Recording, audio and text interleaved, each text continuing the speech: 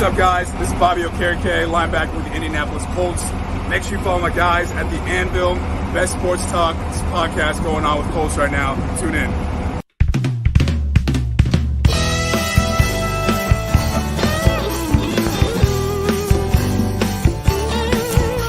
It seems like a Sunday, like anyone before. That's what you think. So you open up the door, you feel the buzz, you can hear the people singing battle cries. Lucas Oil Stadium's about to come alive.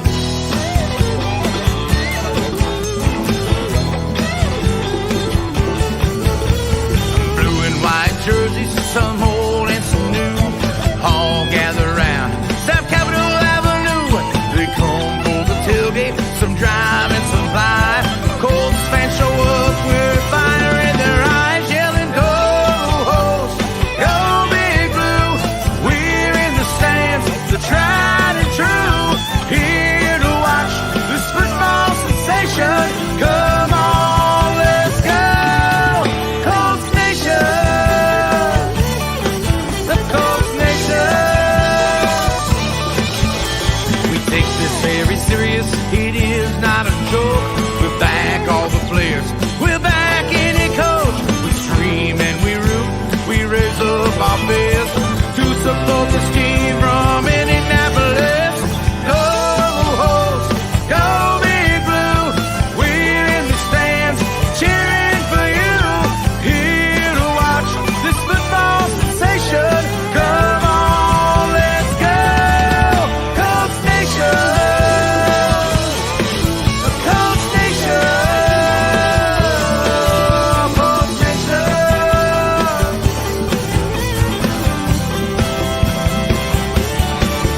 Screaming, go Host, go Big Blue, we're in the stands, the tried and true, here to watch this football sensation. Come on, let's go, Colts Nation,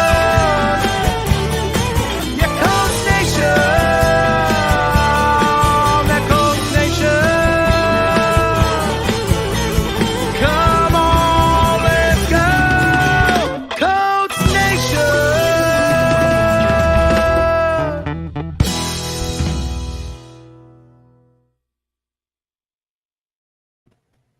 What is going on, y'all? It is your boy Big Country and your boys Big P, Clyde the Voice, T Frost, and our special guest with us tonight, Matthew Radden of the Houston Texans.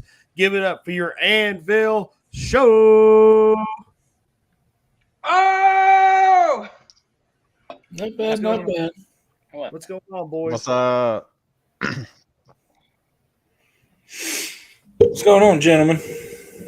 While we have your attention, please look below and like us, follow us on all of our social platforms. That's Facebook, Instagram, Twitter, YouTube. You know what it is. Bang that bish. Now we're officially introed.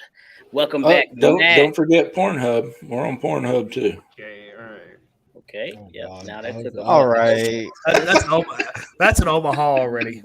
fucking Omaha. I'm sorry the button has been asleep for quite some time, but please believe when I get back to Las Vegas, I got about 25 to 50 Omahas for the guy in the top left. Matt, you back?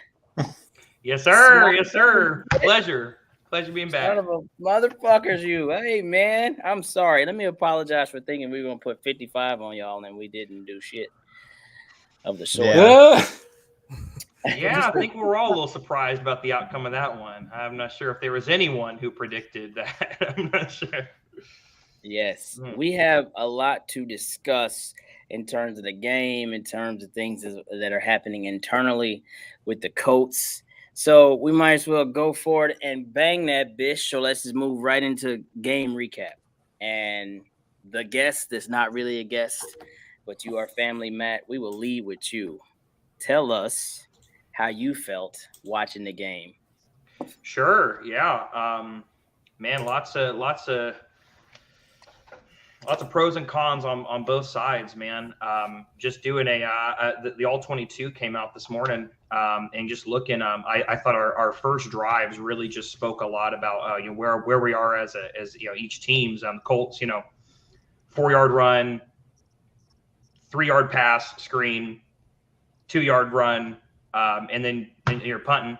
And I thought that really showed the over-reliance on Jonathan Taylor and the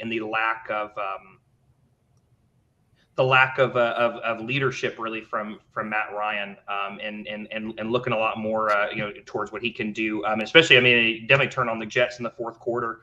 And then for Houston, you look at that first drive, targeted Brandon Cooks twice, missed once, and that was pretty much the story of the Texans offense. Big splashes and just very, very dumb missed balls that they could have resulted in something better. Yeah, I think what was eye-opening for me is the fact that not only were we flat, it's the first game, right? So it's expected to have some jitters. But it was like there was a lack of confidence in the first half on offense. Like literally a lack of confidence. Now, we had some rookie things that happened, drop touchdown, beautiful ball from Matt Ryan to Alec Pierce. He dropped it. Okay, fine, so be it. But then there were other instances in that first half where I'm just like, are we confident in what we're doing? Because last year, and I'm not going to be that fan that's ready to call for heads. We'll talk about that later.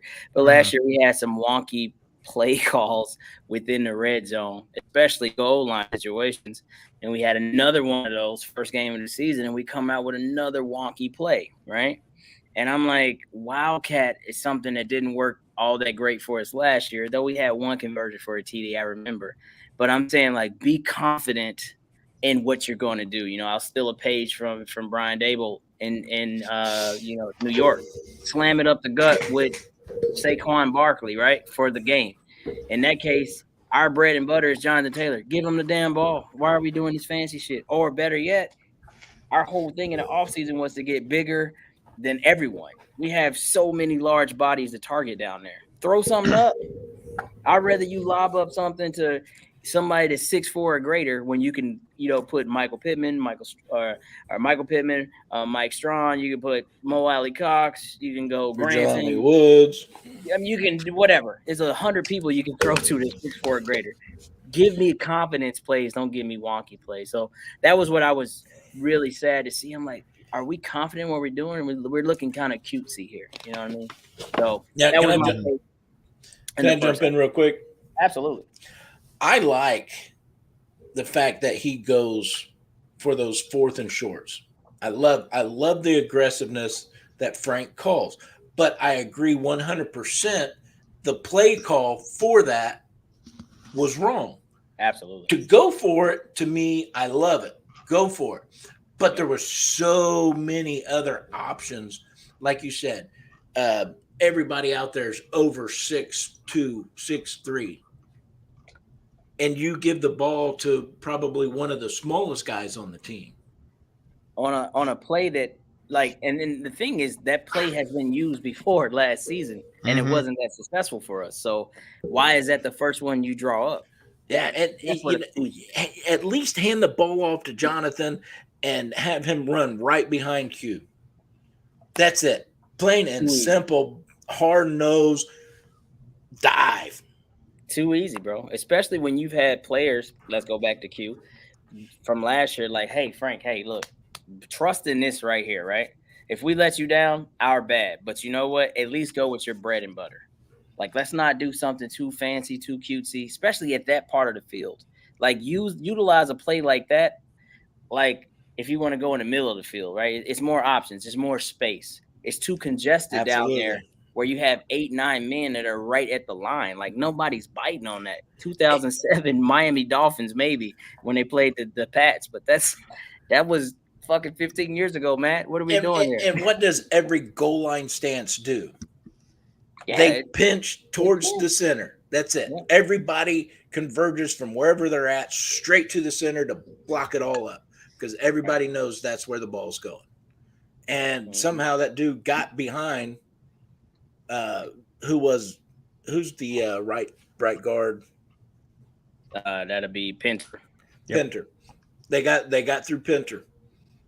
I'm gonna pass this to Country. Country, you know what? You and Pat, you guys love The trenches. Bro, look, I'm not going to be that guy, but we're just talking about the game. If you were locked in country, you were at the game. Yes, sir. Did you see how badly Braden was getting beat in the first half? He was getting beat bad, bro. It's hard to see on TV because that TV has a little bit of a lag, I would say. But live, Brandon's timing was so off. Mm-hmm. I mean, completely off. He was like maybe a half a click slower than that defensive lineman. And that's unacceptable. It was missed cues by the offensive line that really, I mean, even though JT still got 161 yards, it was still miscues by that line that hurried up Matt Ryan a lot and caused miscues for these passes. I mean, look, we had Pittman drop a crucial ball. We had Granson miss 2 or 3 crucial balls. Obviously, the touchdown pass to Alec, that was both probably Matt right Ryan in his hand. and Alec. Yeah. Yep, it was both there, but he was rushed. And, Matt Ryan's not used to being rushed like this. And, I mean, speaking of the man, I mean, I think, with the play calls, the right play calls are made later on, but that's because I believe Matt Ryan actually stood up and started leading our team the way it was supposed to be. He started seeing what was on the field. And I noticed that live, he started taking more control later in the game, than in the beginning. So I think that's actually what led us to the big comeback that we actually did have. But yes, that offensive line, terrible timing, terrible, just missed assignments, just trash. Yeah, unacceptable. To Keith's point, when he just brought up Thomas, you jump in there because you said you actually had the I guess untakeable take when it comes to Matt. Mine's just Matt Ryan as a whole because it's like you guys remember training camp? He was stopping practice and screaming at people, ripping heads off. Why did it take so long to even get going like that late in the game? I mean, what is that about? Like, you're out here ripping people's heads off and you're having trouble like snapping the ball. Like, I don't know. I just don't like, I'm not saying I lost respect for it, but like, I just don't understand where all these problems are coming from. You're however many years he's been in the league, like what, 15 now, something crazy. And you're having struggles like that. Like, that's just, I don't understand. Like, I'm scratching my head on it. The only thing I can say about that, Thomas, is, and I'm not defending that because, it was unacceptable that several drop or balls behind center was, that many was terrible. But playing devil's advocate for a second, Ryan Kelly missed a whole week of training camp due to COVID, so they didn't get that timing down probably as well as they wanted. Yeah, see, I understand that, but it's like, I don't know, dude. Like, you're like, it's hard. It's just hard. It is hard to tell.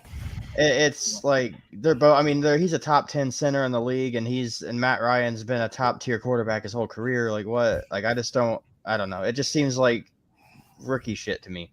I don't know, but yeah, there were some jitters. There were some first game things. You can definitely tell the difference now. Like, there's only 3 preseason games, and in all actuality, though he played a little bit, and I think all of them, you can tell that those preseason games are really not designed for what they used to be. Like, it's really like, who are we going to keep for these last cuts? That's what I get out of preseason. Mm-hmm.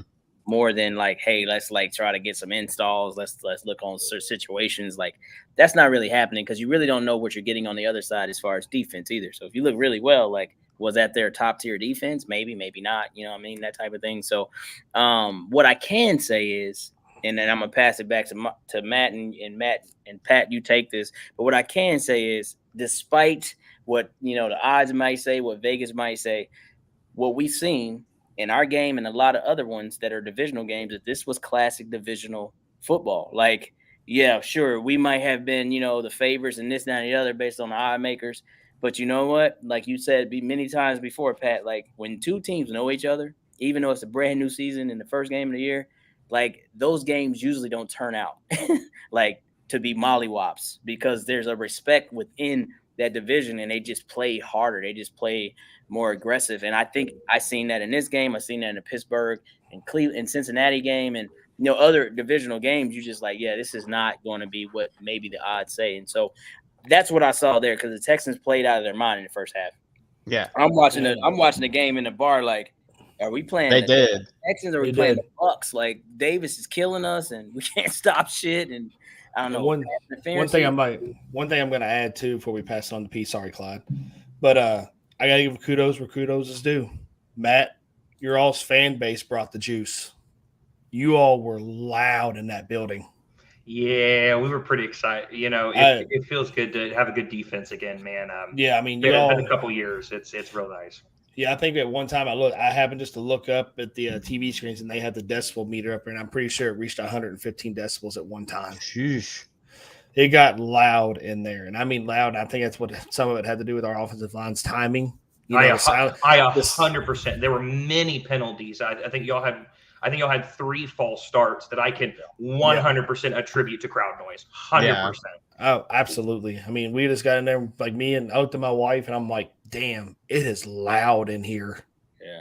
And I've been to Houston when it was silent, like the playoff game in 18 when we got out big, like people leaving at halftime, and I'm like, what is going on? You know what I mean? So yeah, but bring that comment back up, and then you two, Pat and Matt, you start with that, because I think Eric said, how do you explain last year versus this year? I think you guys could tackle that. I could definitely tackle that, but go ahead, Matthew. Sure. Well, I mean, I'm assuming we're talking about the Colts. I think a lot of it is kind of what we've been talking about. You do have a new center, with a new QB. I'm not that you have a new center, but I mean that combination hasn't been there before. And so I think there's always going to be troubles with that. I definitely think that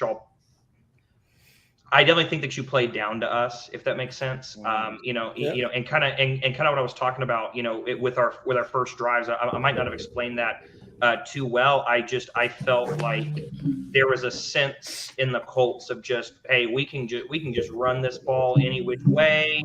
You know what I'm saying? Just get it in Jonathan Taylor's hands and we're going to be all right. And I think that proved not to be the case pretty early on.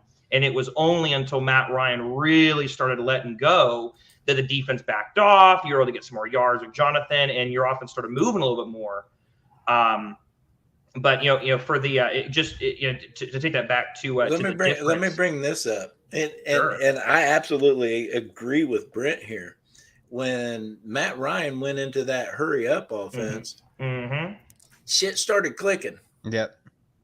And I mean, it kind of goes into what I was saying earlier, Big P. Like when he took control was when the game took a turn for the better. In that hurry up offense, he had complete control of what he could see on that line of scrimmage. Yeah, so I absolutely agree with that as well. And you got to remember too, man, I'm not stealing your thunder. You still got it. But Jonathan Taylor didn't take a single snap in the preseason, not a single one. So we came out early and tried to workhorse him over them first 3 drives. And I'm like, I think it just took him a little time to get his feet going. Because literally he's been practicing no game. Oh, God, and y'all gave him ball. I think you gave him 31 carries, something like that. Something ridiculous like that. So I mean, it's really what wasn't for lack of feeding him. And with Matt Ryan too, I mean, he threw the ball 50 times. So I mean, I think there is something to be said for, hey, like your offense was trying to work. You're just, when you talk about penalties, you talk about, fumbles. Matt Ryan fumbled the ball 4 times. 4 times. You talk. I mean, that stuff kills an offense, man. Very uncharacteristic. Yeah, it's very right. I mean, it's right. Right. Yeah. So I think when you look at an offense and and you're trying to drive and we talk about the 4th down, getting down there. There was a fumble that y'all were, kind of in our territory starting to get there. I think it just kills an offense, man. I think that just totally demoralizes y'all. And it makes it really hard. Even to Frank Reich, even to go up the ladder and go as a play caller to go, hey, like, what am I going to do to reinvigorate my guys and really get them to play, like we were the last drive before it got, snuffed out. And I think that, going back to, again, that 4th down, I think that was a pivotal point in the game where, and Pat, I like what you said too. I think every fan in the world, wants their coach to be aggressive on 4th down. I think that's I'm not going to say every fan, because there's so much chatter about, take the points, Frank, take the points, Frank, take the points, Frank. And even I question, will this come back and haunt us? But I still think it was the right call to go for it, but it was the wrong call for the play. The wrong play call. I'll tell you that. It was the wrong. It was a decision. It was a good decision to go for it on 4th and 2. I hated the play call, man. I'm not sure why you give it to Hines in that situation. There are 2 guys on the field. I want it with the ball in their hands. I want Matt Ryan or I want Jonathan Taylor. And I love Hines as a gadget player. He's not Jonathan Taylor, and he's not Matt Ryan. And you know what? Go ahead. I'm sorry, Costa. Go ahead. Oh, you're fine, man. Just something real quick. I was gonna say that I think the finger you can point out here is Frank's heavy reliance on analytics. Yeah, he's becoming a more analytic coach instead of coaching with his gut. Mm-hmm. Yeah, and we talked about this in the offseason, and that was one thing that I highly expressed was for him to put the clipboard down, pay more attention to the game and the flow of the game, and just listen to the plays being called. And if something fucking just stupid comes out, no, give me something else. Yeah. Do this. Yeah, exactly. Read that room. Just like Thomas said, he's got to read that field. He's got to read the flow of the game. And like Country just said, go by that coach's instinct, because he's got it. He's a damn good coach. And everybody's, calling for his fucking head, which I don't agree with.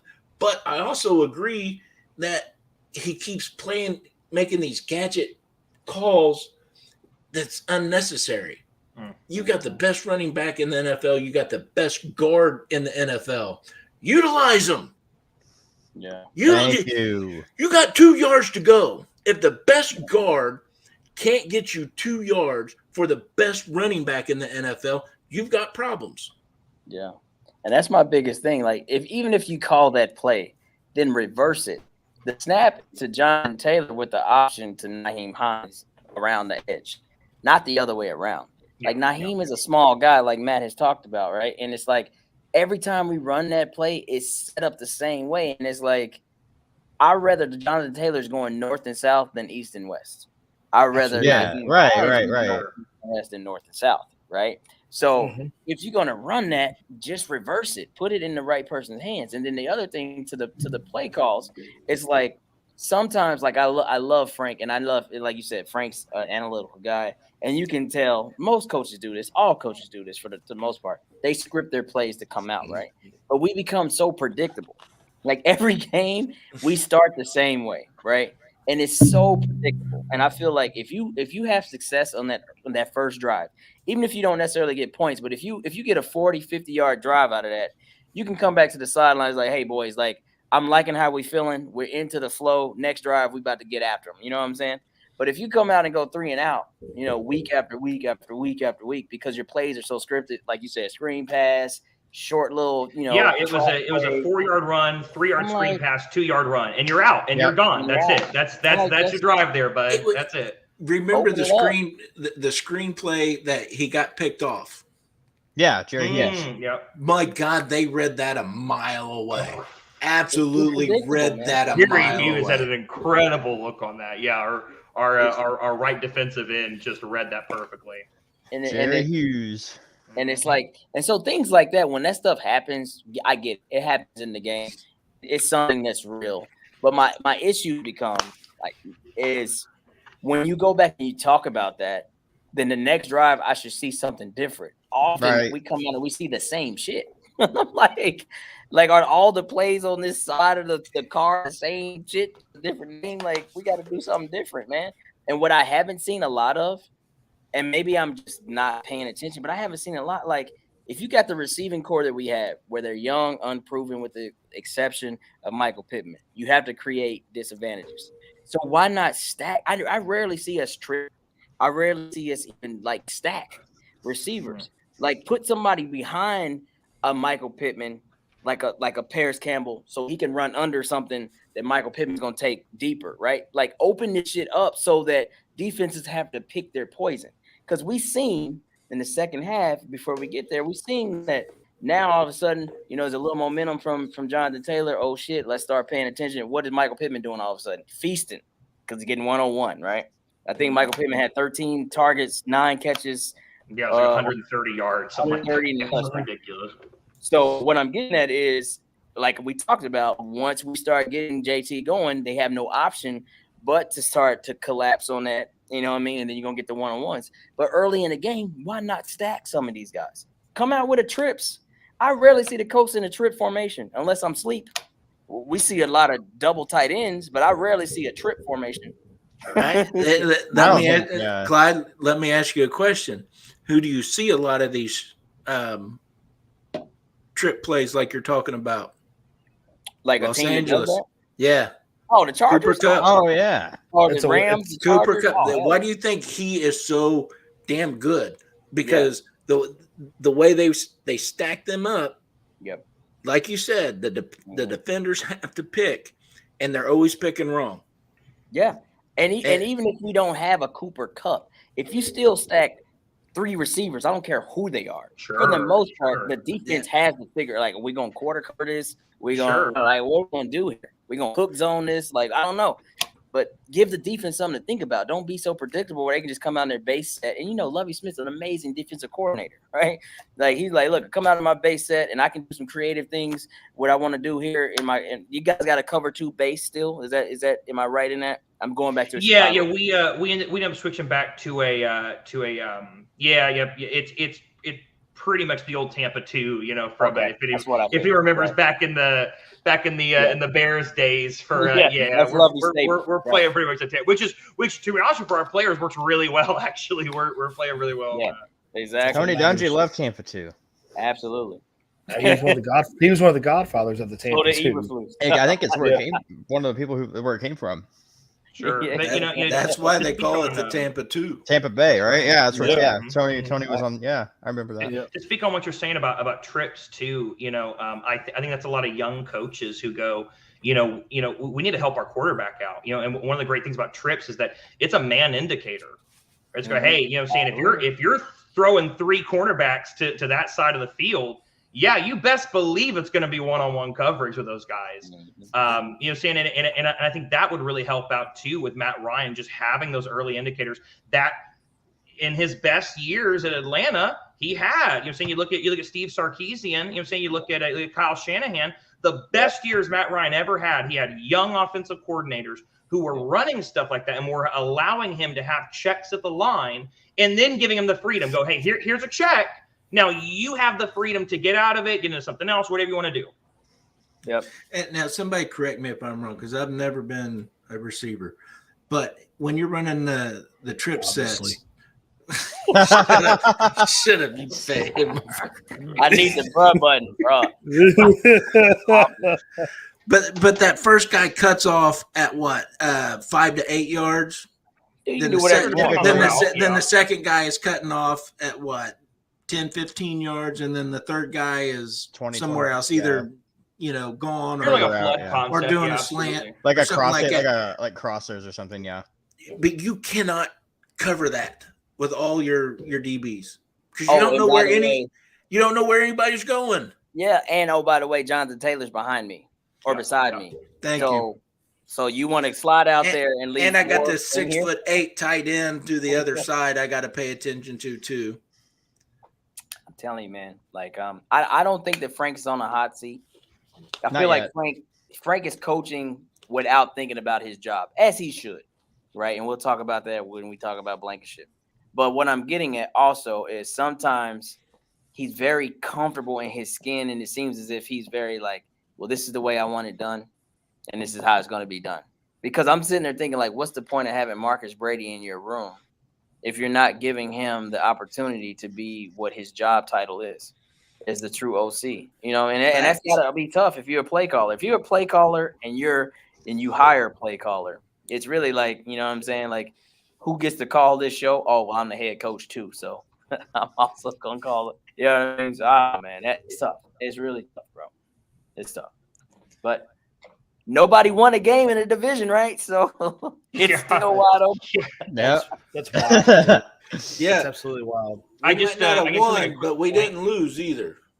We were on the show last week talking about how we should get more credit as a division and how we're not the worst division in football. Just want to point that out there that we did none of us won a game. Yeah, so maybe that didn't age well. Yeah, it's not close to. NFC was this way. I don't know what they were thinking about out there with that Broncos ending, but I mean they almost had nobody win either. But Seahawks pulled it out because that was some sketch play calling. But before we switch, shout out to the NFL though, like picking up on small things, so everybody knew it was like, okay, Russ coming back to Seattle week 1. But how about the sneaky play that maybe people didn't pick up on? But how about putting Carson Wentz, though it was in Washington, back against the Jags, which ended his era in Indy? And he absolutely seemed like had something to prove in that game. I hadn't thought about that. Yeah, I hadn't thought about that. Baker Mayfield going to Cleveland. Oh, that was the man. Yeah. That's all got to be on purpose. I hated that for Baker. You know, Baker had a perfect passer rating in the fourth quarter. He was on fire. Yeah, he played his butt off, man. Yeah. Wasn't he horrible the first half? Okay. That game. Okay, maybe. Okay, you got a new offense. You say, look. Okay. We would not want to pull up Matt Ryan's first quarter performance. Right. Okay, that's fair. You got a point. He tried to pop your bubble, Matthew. I'm saying, dude. What I tell you last time? I'm saying he knows what's up. He's on me. I'm telling you. I gotta keep straight with you, man. I gotta make sure. No, I was just making sure I read that right. I thought I read that he had like negative 1 yard or something. I didn't realize that he went his hand. Didn't have a great. Yeah, but before we close this segment, like let's just all take 1 minute and say biggest takeaway from that game. Like biggest takeaway. We don't play each other until like the last game of the season, right? Last game. One of them. First game, last game. But Pat, I'll let you start. What is your one takeaway? My biggest takeaway was even though we was down, our guys didn't quit. They fought all the way through. I love seeing that out of my guys. Just like Jacksonville last year. They got down and they quit. They did not play. They just put bodies on the field, and that was it. And that kills me. But in this game, they were down, 20 to 3? Yeah, 1 point is 20-3. Yep. Yeah. Mm-hmm. And those guys kept fighting hard. They didn't play to their caliber, but they kept fighting. And I love to see that. And to me, that's championship quality that you have to have. You have to have that dog that won't give up. Facts. All right, Thomas, your one takeaway. My one takeaway, I've never seen a tie in my life for the Colts, so I'm in purgatory. My biggest takeaway is I don't know. I don't know how I feel. Remains to be seen. Okay. That's where I'm at. Matt. Well, I'm going to do Texans takeaway since we got 4 Colts people here. It's a Colts show. Boss. As you should. Averaging 2.8 yards a carry is not how you win a game in the NFL. And if we want to go back to 2 years ago, where we had a great quarterback, no O-line and no running game, and didn't turn out so well. I think we went 4-12, something like that, with Deshaun's last year. Yeah. Step it up. Let's actually run the freaking ball and run it well. Because and Davis, man, I mean, we were just relying on his arm all game, just going, hey, bud, we need you to throw us out of some bad situations. And he did, actually. It's awesome that he was able to do that, though. I mean, I wasn't sure he'd be able to, but he sure That's what we were talking about last week, right? That's exactly what I said. It's like y'all are going to clog the running game, and it's going to be a matter of if he can throw it over your heads or not. And I think he did it. I just don't know. That's not something you can consistently do all year long. You're not going to last that 17 games. It's not going to happen. Now, credit me for saying last week. I want my props on this one. Okay. The comment I said about Mills.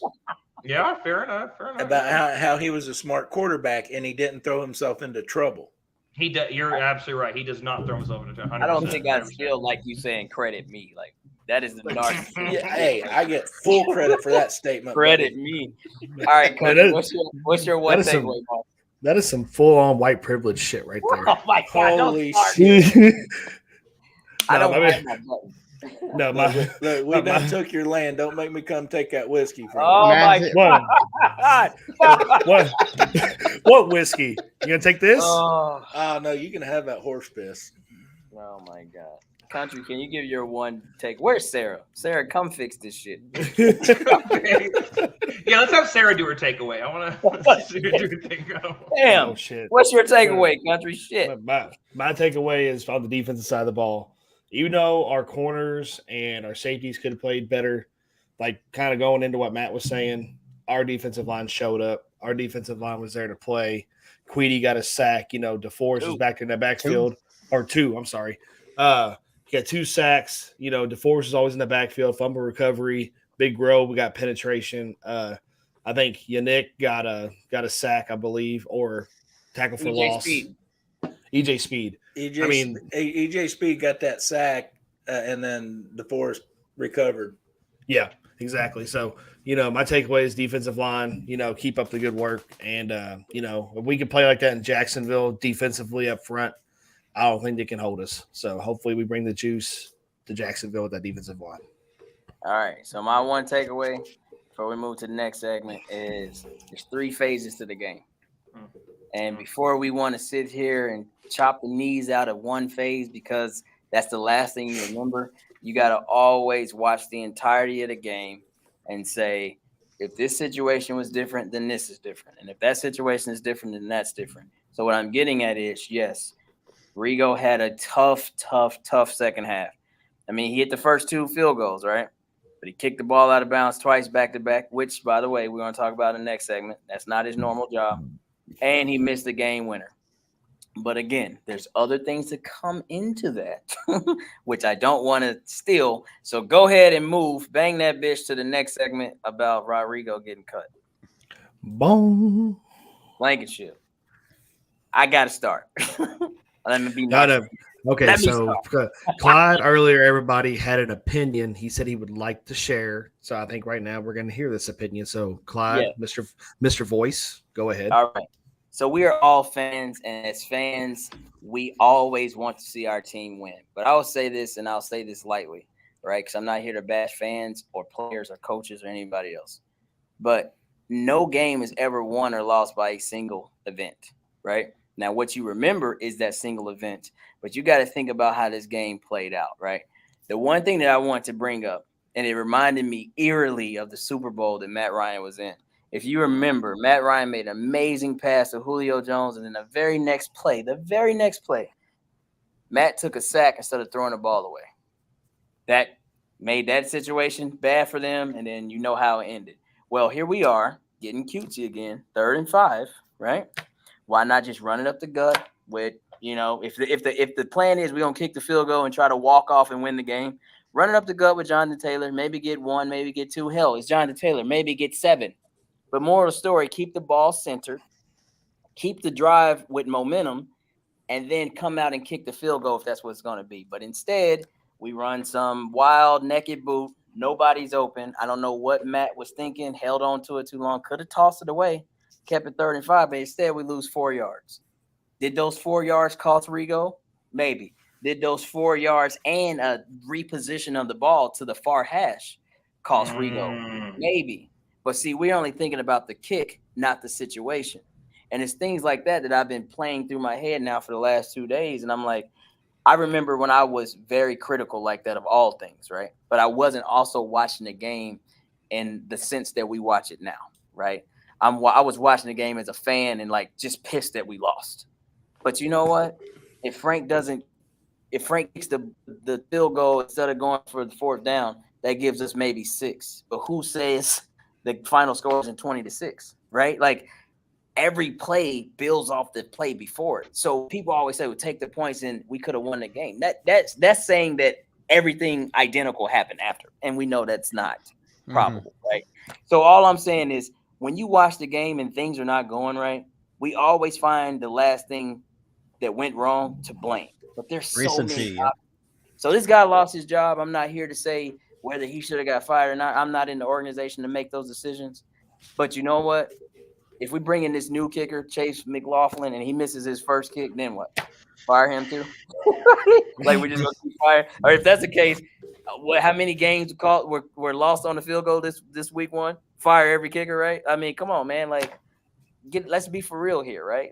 And again, like we talked about, kicking off the ball. No, I wasn't happy to see him knock it out of bounds twice, but that's normally what our punter would do. But he's on IR with his Achilles, and I don't know why our new punter's not doing that. So let's talk about that. But usually Rodrigo doesn't kick off, from what I remember. Call me crazy, but last year, We're going to call you crazy, but not for that. Roberto kicked off last year, from what I remember. So all I'm simply stating is there was way more than just him that is the reason for the outcome of a tie. Yeah. And he's 2 for 3. You know what I'm saying? Shit. Yeah, I'll absolutely agree with everything you said there, Clyde, and especially with the way we view games now. We don't view them as just fans, because we know we're prepping for a show the following week. We're going to try to break things down to pick up on different things that we get to talk about, that sometimes at the speed of the game, you can't see it. You go back and you watch highlights and like, oh, damn, look at that. And only that play would have happened 2 plays ago. And you build on that or this and that, and you just peel back layer after layer. You see the game totally different. Does it suck that he missed it? Absolutely. But will I ever, just like when Vinatieri's last year was here, I will never. What goals that year? Yeah, I will never put a loss on one individual. Like Keith said in the chat, you win as a team, you lose as a team. Absolutely. And that's why, and Clyde, you can back me up on this. We were both really shocked that they got rid of Wentz because of that loss in Jacksonville, because it wasn't just his fault. It was a total team collapse. Yeah. And we didn't have an option at that point either. Like we did that with no real option when we traded them. So keep that in mind. Like that shit was crazy. So you could tell that was very deep for emotional. Yeah, I think it was just a knee-jerk reaction. I will say this: I have 100% trust in Chris Ballard's judgment. And if for some reason he thinks it's time for this player to go or that player to go, hey, I might scratch my head and like, really? But when it comes down to it, that man's smarter than all of us put together when it comes to football. So I'm going to trust what he does. I'm not going to overreact to Rodrigo either losing his job or keeping his job. Either way, if Ballard decided to keep him, half the world was calling for Blankenship's job before they even left the stadium on that. Yeah. But myself, did I warrant it being the pink slip for him? No. But I do trust Ballard. So when it comes down to that, I'm just going to trust in his judgment, regardless of what I think. Let's have a Texans perspective. What do you think about the situation? Oh, the Texans are going to scoop him up. You watch. Texans always take in Fairbairn, we trust. I don't need a kicker. In Fairbairn, we trust. Love that guy. You're seeing this. Thank you so much for all your great kicks. For anyone who knows me, my second team is the Vikings. And so why do you admit that out loud? Oh, I love the way they play deep. I really do. I've always loved their defensive. I got on board when Mike Zimmer went over there. I've always been a big Mike Zimmer guy. Anyway, I say that to say, from a part-time Minnesota fan, kicking can always get worse. Okay, I just want to let y'all know it can be worse. Okay. We fired 2 kickers in a row, and they immediately went to different teams and played better than they did here. So it felt to me definitely like a knee-jerk reaction. And obviously in Chris Ballard we trust. I think absolutely. I don't doubt that he has a plan for this team. From the comments of Coach Reich after the game, where they said, hey, do you think that, Blankenship has a job? And he said, well, me and Ballard are going to discuss it. I felt like that was an opportunity for you to at very least, put it on yourself and go, hey, we could have played better as a team. But for you to then willingly allow that flack to hit Blankenship, knowing you were going to fire him, it felt like deflecting. I got to be honest with you. It felt like deflecting away from maybe some play calls that he would have liked to have back, and maybe some situations that maybe could have been better. I didn't like the firing. I got to be honest with you. I didn't like it. Especially after week 1. I mean, you look at the other kickers. I mean, Brandon McManus missed, right? Evan McPherson missed. Randy Bullock missed the game winner. And not to say that there wasn't more factors at play there. I think the injury last year too, I think, is a big part of that. But yeah, I don't like firing anyone after week 1. I think there needs to be more tape, especially in a new season for anyone. But that's the Texans' take there. Yeah, Thomas, what's your take on it? I want to bring that last point up too after everybody's had their take. Okay. I mean, it's easy to put it on Rodrigo, and I'm not. Comment? Well, go ahead. The last one from Vaughn. Oh, okay. And then go ahead, Thomas. I'm sorry. It's easy to pin it on Rodrigo because, like, recency bias we've been talking about. But if Alec Pierce doesn't drop that touchdown or what have you, if pick any other thing that went wrong and change it, it's a different game. And I'm not defending and I was mad at him for a minute there. But you got to remember he did have a hip labrum injury, and that it's like golf. Like if something, and even you can add the kickoff responsibility. If he's having to boot a ball down the field that far, it's like a golf swing, dude. And I think maybe adding that responsibility onto him, and he was a soccer player too, and his kicking motion's a little different. I think that he just had little nuances that kind of made his style a little bit different. I don't know if that makes sense, but he had a soccer background, and he does have a leg, but the accuracy just wasn't there recently. That's my take on it. Okay. Country, your take? Well, Thomas took a lot of my take. Thank you, Thomas. but no, you're good. But blaming the white man again. Hell yeah! Any chance I get. Patrick,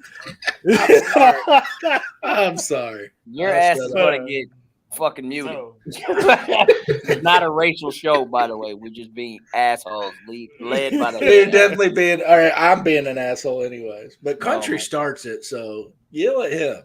Can you let the man get his take? Every time I get to my take, everybody holds me up. Story of my life. Anyway, hey, that's what we do around here, brother. We lift each other up. Never mind. Anyway, to my take. So, piggybacking off what Thomas said, there's multiple factors going into the game throughout the game that didn't contribute to Rodrigo's, demise basically in the end of all this at week 1. The one thing I will bring up that Thomas didn't know, there are still photos of the placement of the ball. The ball was slightly angled to the right to where it wasn't up and down. And everybody knows that, that thing's going to project anywhere if you don't have that placement right. So I'm not blaming the punter for the hold. We're wholly responsibly, but I mean, it's a team effort, right? We win as a team, we lose as a team. The team had opportunities to score. We didn't score. The ball placement was bad. It was bad. So that's my take on it. It's sad because it is behind JT, it's my wife's favorite player, and I hate to see him go because she would hated to see him go. But, in Ballard we trust, and, I wish him all the best. All right. Gloria, go ahead. Can you bring up that last thing? Go ahead, Thomas. That last comment. Yeah, let Thomas take this. Not that. Gloria, I implore you to go watch a soccer game and compare the kicking of one of a soccer player. Look at somebody taking a shot and then compare it to Rodrigo, and you'll see the very similar. You're missing her point. Usually, when he goes out, he does this crazy hip turn, and he's turning his hips, and she's saying he didn't do that. He hasn't done it since that injury, I don't think. Yeah. It's like a free throw, right? Like, I feel like that's very, very, very important to think. Like, players do their routine with free throws. It's the same. I get it. But yeah. So this right here, and this is his opinion, and I'm with you, Vaughn. You have that right to have that opinion. My thing is this, and it's simple, right? Like, and it kind of touches on everybody's point. Like, what we're saying is that at any point we're expecting every player and everything to go right. Every player should be perfect. Every player should do the right thing. Nobody should run the wrong route. Nobody should drop a ball, et cetera, et cetera, et cetera. The reason why I don't 100% agree with this, it wasn't a chip shot. It was more so like 47 yards or something like that. That's not really a chip shot in my opinion. A chip shot to me is 25 to 30. There was the missed extra point at the end, and I think that definitely contributed. Who, us? Oh my Did God. we? Wait. I don't think we missed the extra point. Oh my God. No, I'm sorry. I think about another game. I'm sorry. My bad. Okay, yeah, I'm we sorry. didn't I'm miss sorry. the extra point. Please, No, you please, good. please disregard me. I'm so sorry. No, you good. So sorry. But no, so my thing is though, like, bro, it's week 1, and yes, we want our team to win, but it's always the ability to go back and go to the drawing board. I don't think anybody needs to lose their job after week 1 or solo shot like that. I mean, hell, I can go back to 2 years ago. Was it 2 years ago when the young corner that we had all the hopes and dreams for, Rock Ya-Sin, had 6 fucking penalties in one game alone. If anybody ever deserved to get cut after a game, it's a man that has 6 solo PIs. And I was at that game. It's against Denver. That was a game where Brissett made the crazy pass to T.Y. and we got the Rodrigo field goal to win it. Moral of the story is we didn't cut that man after that performance, and this guy was 2 for 3, so that's 66%. But all I'm simply stating is I feel like a lot of times we're super reactive as fans. Yep. And we want somebody's head after a one thing that went bad. But that's not the way of the world. That's like saying you can't have a bad day at your job. You should get fired. That's the Middle Ages. Like, that's the Middle Ages type shit. Yeah, that's what I hold on to. I didn't expect my team to come out here and be Super Bowl ready. I just don't expect that game 1. And we didn't lose, right? To y'all point. We didn't We didn't win, but we didn't lose either. So That's right. But I still don't expect everybody to be Super Bowl ready game 1. And I tell you what, those what expectations are just way too high for that. Because I'll tell you what, like every fan base in some way, shape, or form wants to feel like this is our year, even when you know it's not. But I'll tell you this. Yeah, absolutely. This is the scary part. Had Rodrigo made that kick and we won. Monday morning quarterback, Monday morning report is it shouldn't have been that damn close. We went down there and played like shit, and we barely won the game. But we would have had a W in column. But we're just expecting just to steamroll teams unless they're the Chiefs, the Bills, you name it. But everybody else on the schedule, it's football, man. It's the NFL. Any given Sunday, bro. Like I don't think you're the worst team in the league. You can come out and play your ass off on that day, and people will laugh at you because you lost to the worst team in the league, but they're still a professional team. You didn't play. I just told somebody this the other day. You know what I'm saying? You didn't just play a high school team and they beat you. So that's kind of my and I've learned that over my years of being a fan. Like, yeah, maybe the odd makers say we should go out and put 25 on this team and they should only have 3. But guess what? Those people have pride. Those people are an organization too. And you know what? They came to play. So I'm not going to take nothing away from the Texans for fucking having us in a hole and having all of us as fans like nervous and shit. Like we're texting our group like, what is going on? But at the end of the day, that's a professional football team. That's all I can say. All right, last topic. What is it? Matt Ryan? Matt Ryan's leadership. Thomas, you're back up. I wasn't happy with it the first half of the game, and I'll be honest, I wasn't.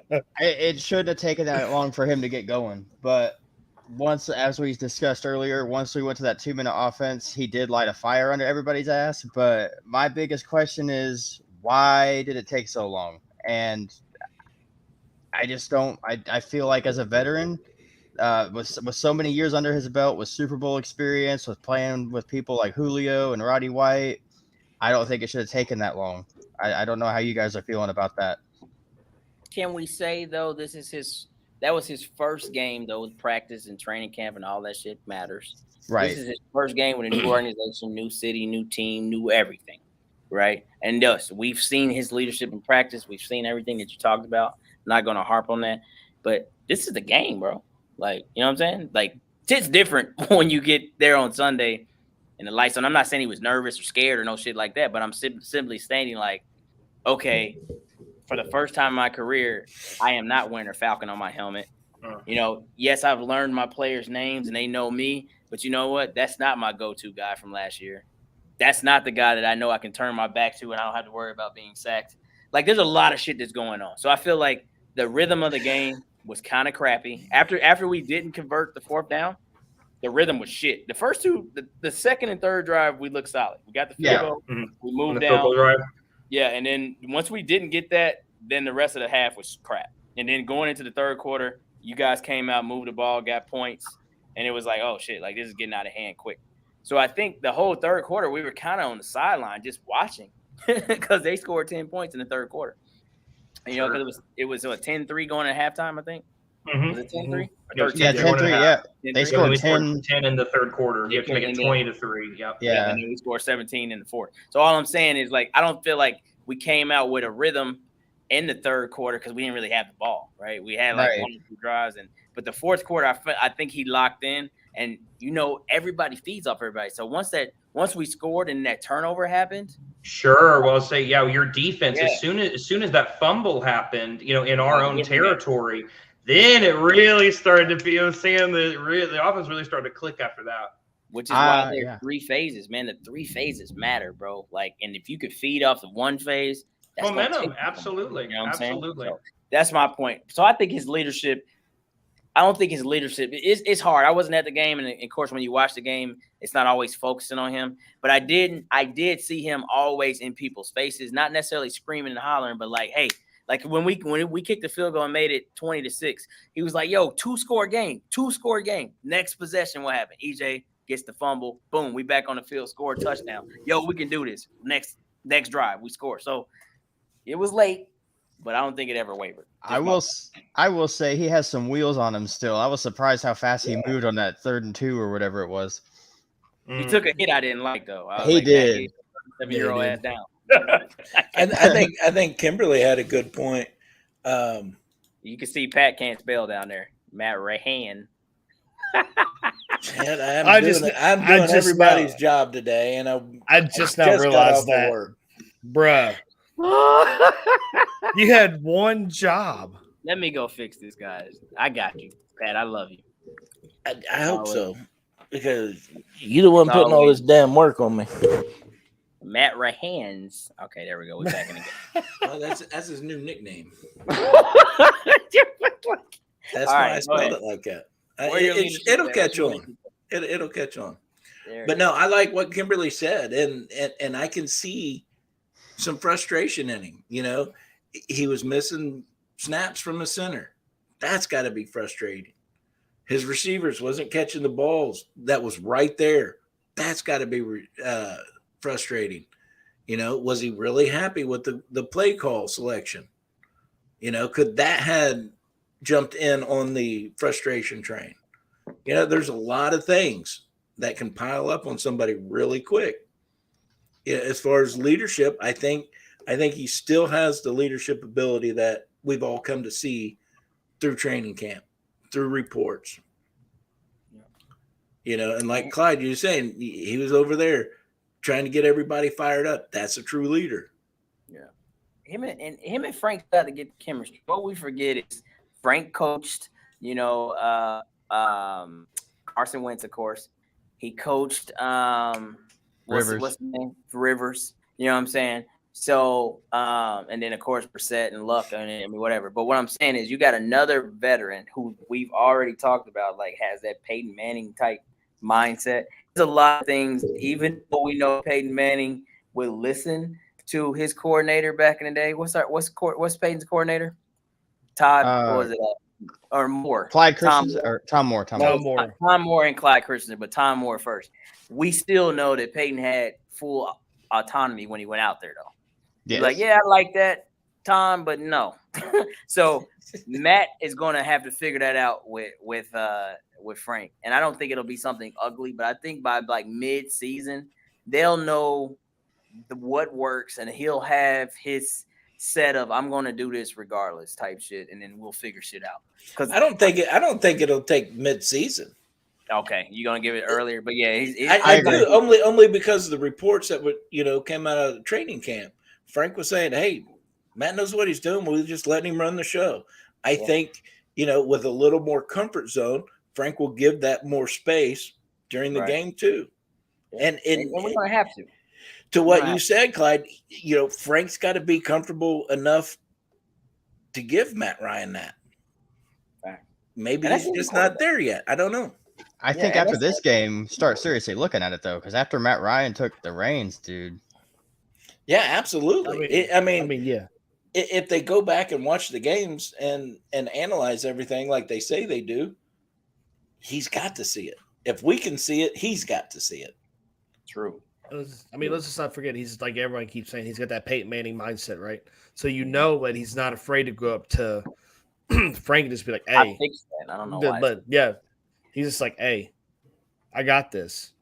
Like, let's go do this." He's not afraid to go up there and say it. He's not afraid to tell him, like, "Let me do my job.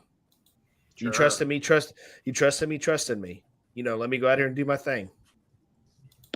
I think we're going to see that come Jacksonville. I don't know if early on, but I know we'll see it faster than what we did in this game. So we're going to take an outside perspective. Matt, you take this because we've all talked about this so many times. It says Frank needs to give up, a coordinator. We all have said that in our own way. What are your thoughts as an outsider, of another team? What do you think? Frank give it up or what?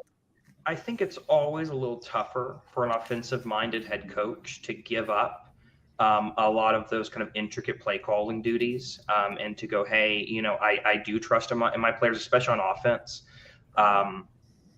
And especially, I think it's kind of been the elephant in the room. I mean, it almost comes up every time we talk about Frank Reich is kind of this hot seat, this kind of, hey, if things don't work out this year, let me be the last one to call for anyone's, coaching job.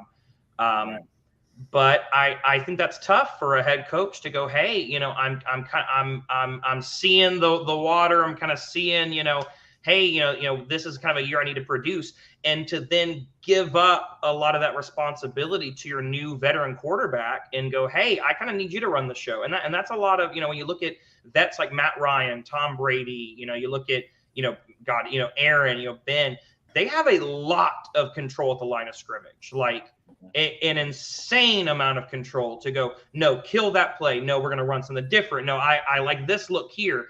And I think kind of like you were saying, Claude, I think it's going to take time. I think it's going to take time for Frank to trust in that. Even if that's what he's verbalizing, it's much harder to do in practice to go, "Hey, even though I feel like I have a good look, even though I feel like I have good scripted plays, let's trust in Matt." And even to go back, I know I keep harping on the beginning of the game. I just thought it was very telling, that first 5 plays, right? Jonathan Taylor for the first 4 of them, the first throw that Matt Ryan makes, 17-yard bomb to Michael Pittman. Yep. So it's not even like he had to get started. He had it right there. But that's play calling. Do you think that Matt Ryan was the one who said, "Nah, let's run it 4 times to start the game"? I don't think so. Right. I highly doubt that was Matt Ryan's call. I think that's Frank. And as a new quarterback coming into a system, you're not going to tell your coach, "Game 1, drive 1. Nah. I know what's up." You're not going to call your own number. But I think that showed. I think it showed for Frank to go, "Hey, when the defense showing Matt something, let the guy throw the ball. Let him air that defense out." Yep. I mean, that just brought a thought to my mind. Like, you think, do we all think as a panel that the play calling was so conservative to try to give people who actually, needed the reps more reps the way the play calling was? No. I'm not sure. I don't think it's that guy, but not like it's been last couple of years where you're almost questioning almost the entire game plan. Yeah. I don't think it was like that this year. Just, a few calls here and there from what I seen. And everybody's got to remember, you could be the smartest son of a bitch in the world, call the right play at the right time, but if your players don't produce, it doesn't fucking matter. Sure. Your players have to produce. They have to get that snap off. They have to catch the ball. They have to make the blocks. You know, there's a lot more that goes into it than just saying, "Oh, I wouldn't have thrown a 10-yard route here." Okay, but that design, you know, especially like a screenplay. I've never been a fan of screenplays unless they work. Right. But when they work, my God, great. you're getting 30, 40 yards off a screenplay. It's Remember ridiculous. Remember the Ravens? Mm-hmm. Yeah, I never really 78 liked. yards. You know, I never really like screenplays in the NFL. Really, you know, that's my take on it because, yeah, I agree with the country. screenplays do work. We've seen them produce monstrous yards before. But when everybody isn't doing their assignment, if everybody is not doing what they're supposed to do, they don't work. I tell you why. I tell you what I do and do not like about screenplays. I hate screenplays to the short side. There's no room to work. Run that shit to the far side where you got more room to work. But I understand that there comes more issues with it. Not to break that down, but I'll say this though, right? Thinking about Frank and play calling, right? But you got to think about how many play callers are head coaches now. And are they as questioned as Frank? Because you got, you know, the Sean Paytons, though he's not a head coach at the moment, but he called plays for his entire time in New Orleans, right? And he is going to be the most probably coveted, you know, guy next offseason, right? But then you also got, you know, like Sean McVay. You know, you got all the hot guys. What's Cincinnati's guy? You can go on and on and on and on and on. There's so many coaches out here right now that are play callers. And I'm just wondering, how does their organization or how their fan base look at how they're play calling, you know, versus, you know, how we look at Frank? Because unless you have a defensive coordinator that's a head coach, i.e. the Vrabels of the world and stuff like that, who's going to solely depend on their OC, when you have that, like, I feel like that's always going to be a conflict of interest. And I think we just struggle with it because we've seen so many instances where we've wanted something better or better results. And now we like, you know, we want Frank to give that up. But I feel like if Frank gives this up, this is what I have not said before, but I think this is the unpopular opinion. If Frank gives that up, what makes him a head coach? He's been an offensive coach and a quarterback in the NFL. If he gives up play calling, like, let's really think about this on this panel. If he gives up play calling, what makes him a head coach? And we can't just say rah-rah. We love Chuck, but he's no longer our coach, right? So what makes Frank a head coach? He's not Bill Belichick. He doesn't have a pedigree like that. If he gives up calling his plays, what makes him the reason to be our head coach? I can't find one. So that's what we got to think about, bro. Well, I mean, to answer the question, theoretically, let me call timeout real quick. Clyde, take this. Tony Lee, Jacksonville, right? Absolutely. I plan on driving in. I should be in late Saturday, so I'll probably just rest. It's like a 6-hour drive from here, and I'm going to leave like midday. But yes, if you tell him if he hits us in the messenger, I will find because I'm going to come to tailgating and just walk around and do the whole thing. So yes, Tony, I will be looking for you. And Tony, we absolutely expect you to take care of our brother. Is this a Jags fan? This is a Jags fan. Okay, sweet. I didn't know if he was a Colts fan just being in the area. Because I know a couple other Colts fans had mentioned before that they might have been down there. They were Colts fans. So yeah, Tony, we'll figure it out, boss. But yes, so that's my take. That's my take on Frank. I've never had that take before, but over the time I've had a chance to think about it. But I really think if we take that duty away from him, I can't find another reason for him to be our head coach. Honestly, I agree. Well, still, a head coach's job is to set the game plan, take the heat, and adjust the plan as the flow of the game is going. And think my about thing, why they got hired, though, Pat. I understand, but my thing with Frank is that he's not being a true head coach because he's still acting as an offensive coordinator. A true head coach is going to watch the flow of that game and change the script as needed. Now, I don't know how much he changes because I don't get privileged information to know what their game plan is. Yeah. But that's what a head coach does. He stands on the sideline. He watches the game. He coaches from the gut, like Country said. He's supposed to see things as the game's going on. Ooh, hey, get on the headset. Oh, hey, you guys, remember that hook and ladder play we've been working on? I think coming up, we could do it right now. You see what I'm saying? That's what he's supposed to do. And then he turns his mic off to his headset and lets the flow continue going. And when shit don't work out right, you take the bullets for it. I would love to see this though, right? If there was some kind of stat out there that could tell us like what is not just the win-loss percentage, but what is the success rate of a first-time head coach versus their second opportunity if they get it? Meaning that they have learned from what they didn't produce. Because let's just take Pete Carroll. When he had his first opportunity in New England back in the day, he was fucking terrible. Terrible. It was a shit show. And now he's been, a staple in Seattle for, 14 years or whatever the hell it's been. The moral of the story is he went back to college. He kind of ironed some things out, and he knew when he came back to the NFL, he was ready to take that leap. But he's still an offensive-minded coach with some defensive principles. I mean, you can kind of go both ways on that. But he coaches, but he also relies heavily on his coordinators. A lot of coordinators have on head coaches and shit like that. Moral of the story is Frank, this is his first opportunity, and Frank was successful because he was a good OC. A lot of people didn't even know Frank Wright was OCing. He didn't even get popular, I don't think, as an OC until they won the Super Bowl. But he had been OCing for years. You know what I'm saying? And he was our backup plan because Josh, another OC, backed out on us, right? So I think we were trying to maximize I still wasn't mad at that. We lost the losing offensive coordinator of that Super Bowl, and we gained the winning offensive coordinator. Which is a wild concept, right? Yeah, absolutely. That's wild as hell, man.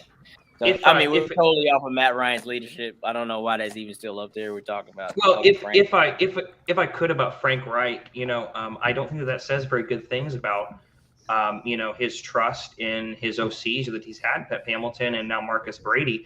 If you were coming from an OC and that's how you got your job is calling great plays and being a leader on that offense, and now you're not allowing your same OC to do that. I don't think that speaks well for his confidence. And to me, to answer your point earlier, right? Like, hey, what's the point of a head coach if you're not calling plays? I think it's that. I think it's to bring in coaches that you feel confident about. And if you don't feel confident about Marcus Brady being your offensive coordinator, you should have brought in somebody new. You should have brought in somebody else. You should have brought an outside person and go, hey, no, this is a guy that I truly believe in. If you don't believe that he has the ability to call plays, and you don't trust in his leadership like that, then don't have him in the building. Who's another one? Kansas City.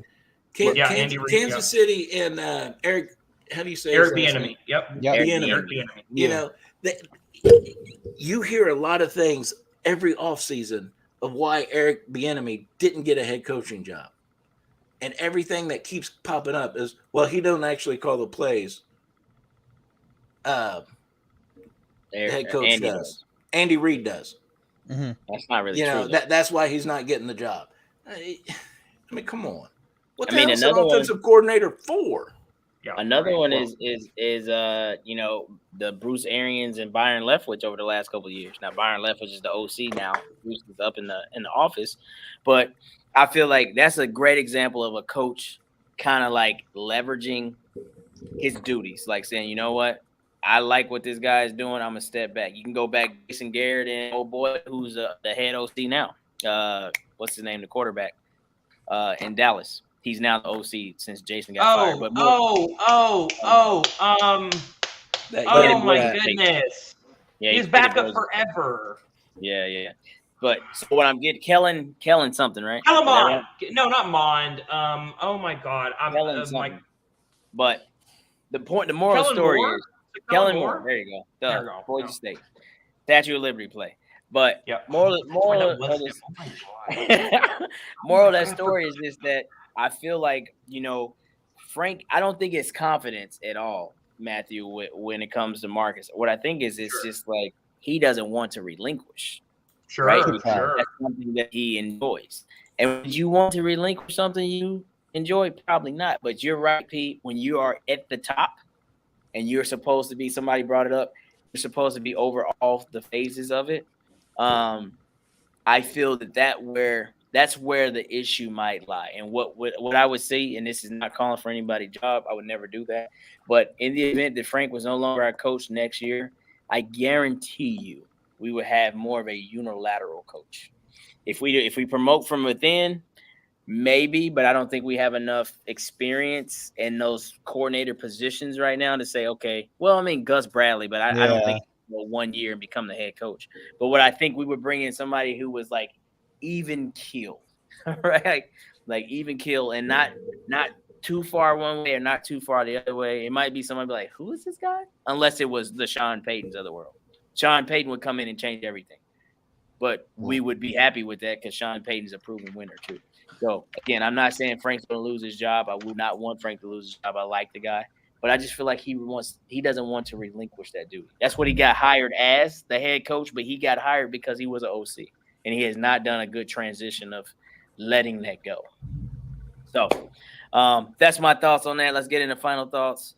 Matt, that's you. That's awesome. I was thinking some people had actually put more in there. I was just thinking some of the people in the comments they had gotten it real quick and said that. Yeah, I was like killing somebody, but at a lefty to play the Boise State. Yeah. No, that was final thoughts. Who's leading that? Country? Final thoughts, Matthew. Oh, okay, it's me. All right. Yes, sir. We're playing hot potato today. I gotcha. Final thoughts. I'll give you this for final thoughts. Matt Ryan would have had the longest rush if he had been on the Texans roster this past Sunday. He rushed for 10 yards, and the Texans had a long of 8. And I'll leave it at that for you Texans fans. I'll leave it at that. Matt is not happy with that. Wow. Nope. That is not that at all. It just means our defense did our job. Oh well. Well. Big P. My final thoughts go out to the Colts fan base. And I just want to say, you're right, you're wrong, but it doesn't matter. We're still Colts fans. Stay positive. It doesn't matter. Win or lose, tie, we all going to bleed blue. So just keep that in mind. Don't overreact. Don't be getting in fights with other fans. It's a horrible, horrible experience, and you're not having any fun. This game is for us to relax, have some fun, let our hair down, scream and yell at the TV for a little while, shake off the stress of the real world, let us get away.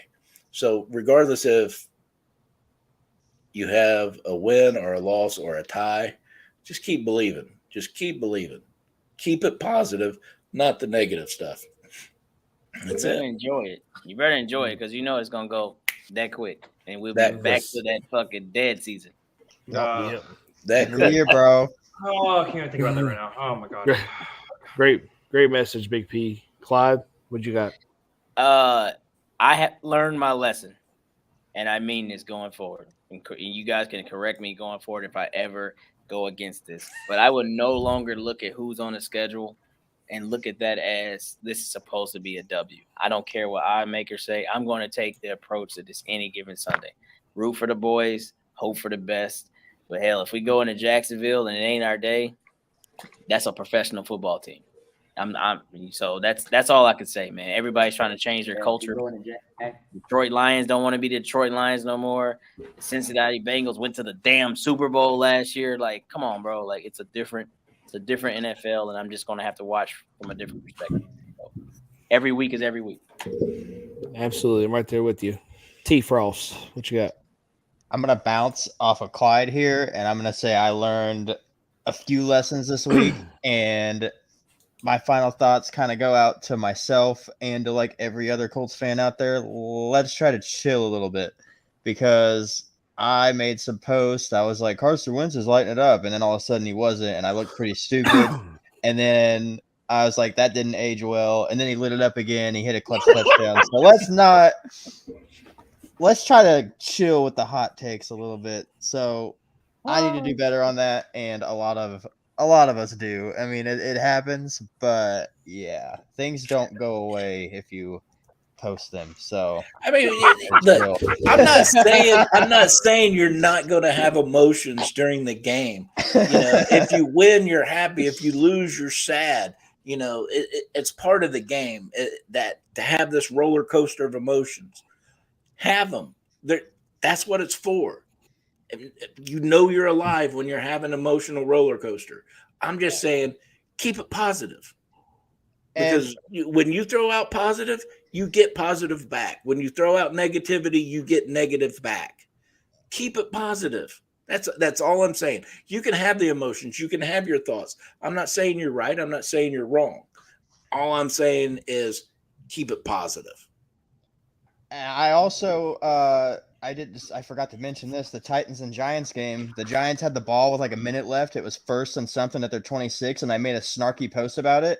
All of a sudden, my friend's in my ear, the Titans are about to kick a field goal to win. I'm like, I was freaking out. I'm like, what? I got to delete that post like now. But I don't know what happened. I didn't see the whole game. I just saw New York Giants 1st and 10, their own 26 with a minute left. I'm like, that's over. I don't know how they got the ball back, but they did. So it was a good game. It was I got to watch the end of that. It was a really good game. Yeah, and like I said, I got to do better on it. A lot of us do, but I'm going to try to chill a little bit with the hot takes. And Pat, you're all right. Just keep it positive, but yeah. Absolutely. All good takes on that. But my final thoughts are going to be tonight is some fun news. As some of y'all probably seen on Facebook, we officially created our event for our inaugural tailgate party come September 25th when our Colts take on the Chiefs. So, let us know if you can be there. We'll keep posting it so don't get lost in our thread. So we'll keep posting it every now and again so y'all know about it. Like I said on there's going to be food, music. The food's going to be catered by our great friend Jake Brockman. He's going to be making Chef Jake Brockman. Sorry about that. So here's what he's going to have. I know Clyde hates to hear it every time. We're going to have bourbon barbecue, pulled pork and chicken sliders. We're going to have bourbon baked beans. We're also going to have smoked potato salad. And he's going to make some type of dessert. I don't know what kind of dessert he's going to make. It better be that damn cheesecake. No, you ain't going to feed that many people with cheesecake, Pat. Come on, man. Just for me. Quit being selfish. Make it happen. I am selfish on cheesecake for Pat. I believe me. Believe it. We know you're a big man like me. You want cheesecake. I get it. Okay. But you didn't share any last time, fucker. You snooze, you lose, motherfucker. All right. Anyway, so come swing by our tailgate. I believe the address is 25 South Street, right across the street from the Slippery Noodle in Indianapolis. Not even a block away from the stadium. Come have some fun with us. We'll have our Anvil there. I think this panel can agree that we name the Anvil the Colts Nation Anvil, which means you all don't have to wait to go inside the stadium to hear the Anvil. You come hit it yourself, take some pictures with it, whatever you want to do. So come join us, have some drinks, have some laughs, have some good food. Come have a good time with us. With that being said, we're going to get out of here. Thank you all for tuning in tonight. Remember to follow us on Facebook, Twitter, Instagram, and YouTube. And with that being said, no drinking and driving. Stay blessed, stay pretty, and let's go Colts. Go Houston. Let's go, baby. Houston, Texas.